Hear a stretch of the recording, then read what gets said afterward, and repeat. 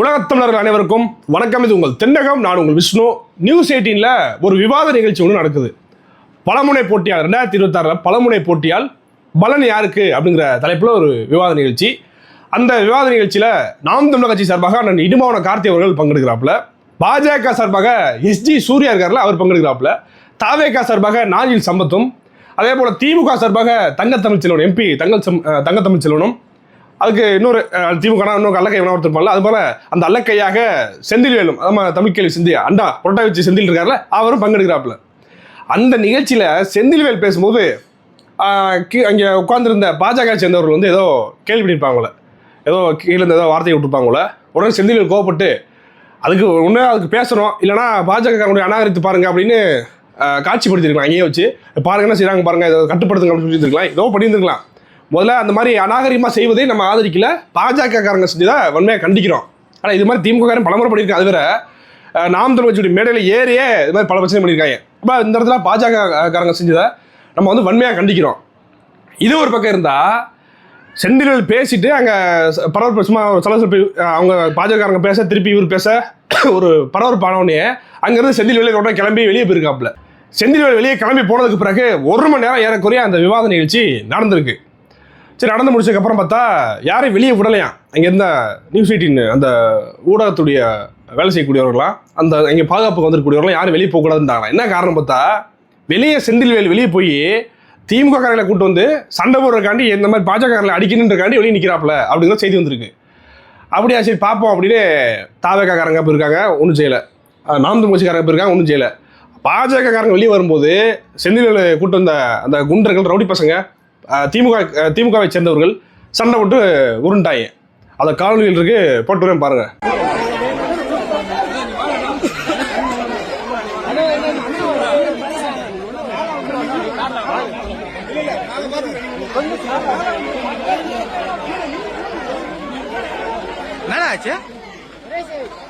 நான் பாத்து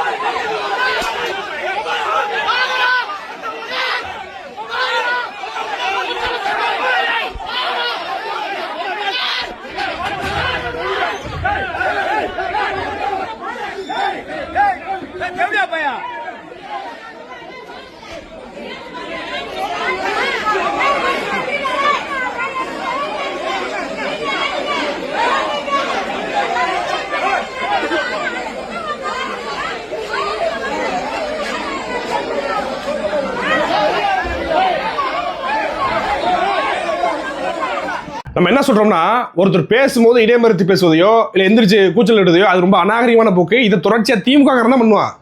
நீங்க பார்த்துருப்பீங்க, கருணாநிதி அவர்களுக்கு பேனா செலவு வைக்கிறதுக்காக ஒரு கருத்து கேட்பு கூட்டம். அண்ணன் சீமான் அவர்கள் பேச போறாங்க, அண்ணன் சீமான் அவர்கள் கருத்து சொல்ல போறாங்க.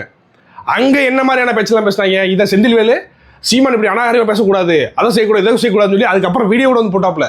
அந்த இடத்துல இருந்து கூட நான் சீமான் அவர்களை கெட்ட வார்த்தையில் திமுக காரையும் பேசினாங்க. பேசாம இருங்க போங்க, என்ன பிரச்சனை சொல்லி கேட்டுட்டு வந்து திருப்பி கூட இங்கே வரா இப்படிலாம் பேசிட்டு வச்சுக்குவேன், நீ பேனா செல்ல வைரா வந்து உடைக்கண்டா அப்படின்னு சீமான் கூட. அப்போ அந்த இடத்துல கூட ஒரு ஒரு தவறான வார்த்தையோ இல்லை தவறான ஒரு அணுகுமுறையோ யாருமே கையெடுக்கல, சீமான் அவர்கள் கையெடுக்கல. ஆனால் இங்கே பாருங்க, அண்ணன் சீமான் அவர்கள் ஒரு கட்சியோட தலைவர். இந்த செந்தில்வேல் திமுக காரங்க கூட கிடையாது, திமுக சொம்படிக்க கூட சாதாரண ஒரு யூடியூபர். இந்த செந்தில்வேல் வெளியே போய் திமுக காரங்க 50 பேர்த்த கூட்டு வந்து சண்டை போகிற அளவுக்கு இவனுக்கு பின்புலம் தைரியம் எங்கிட்ட வந்துச்சு? எவன் கொடுத்தது? திமுக ஆட்சி இருக்கு, நம்ம ஆட்சி இருக்கு, எவன் கேட்பான்? வாடா பார்ப்போம். இந்த திமிரு தானே. என்ன ரவுடி கும்பலா நீங்களா? இது மாதிரி எத்தனை முறை நீங்கள் பண்ணியிருக்கீங்க? நாம் தமிழ் கட்சியுடைய மேடைகளில் திமுக காரன் ஏறி சண்டை போடுவான், மேடையை கிழிச்சிருக்காங்க, மேடைக்கு பின்னாடி கூடிய பதாகைகளை கிழிச்சிருக்காங்க.